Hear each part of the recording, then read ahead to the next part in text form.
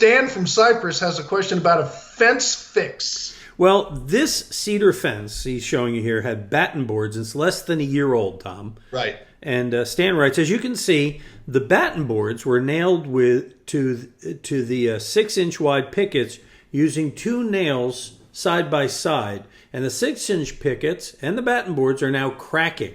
He's wondering, should there have only been 1 nail in the center of the batten between the 6-inch wide pickets?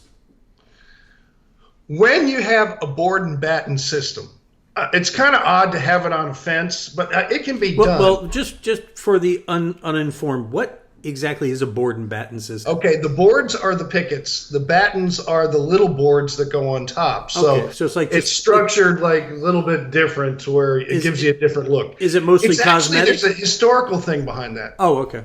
What is it? Back then, they used just raw boards. They would put the boards up, and there was a gap between them that would expand and contract.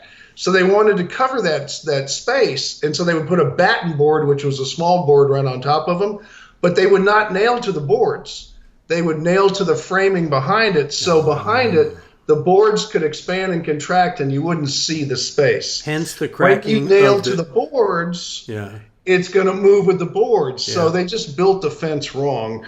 And so what I would tell you, if you want to take the battens down and then put them back up, but don't nail it to the boards, nail it to the fence rails, which would be the 2x4s behind it, then it's just going to stay by itself, and it's only have 1 nail into the rails, and let the boards behind it expand and contract, but you'll never see it because you've given it room to do that. And that's actually why it was developed that way, is to let the other boards expand and contract and never see the gap.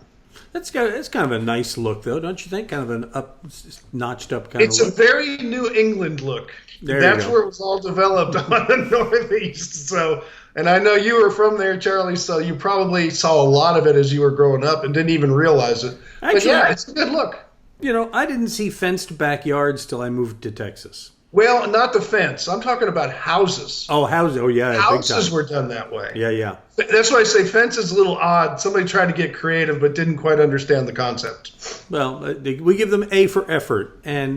And now that they're home more, they have something to do. Go down and get your batten strips, and you know what to do this weekend. All right. You're looking for something to do this weekend or help with what you've already planned? Go ahead and send us your question. Visit HomeShowRadio.com. Click on that Ask Tom button. Fill it out. Send it in. We'll answer it just like this. And by the way, we don't only just post them on our website. We post them on our Facebook page, too. And if you haven't subscribed to that, go ahead and do that. Go visit the 38,000 some odd people who've done that already. We'd love to have you as a friend as well.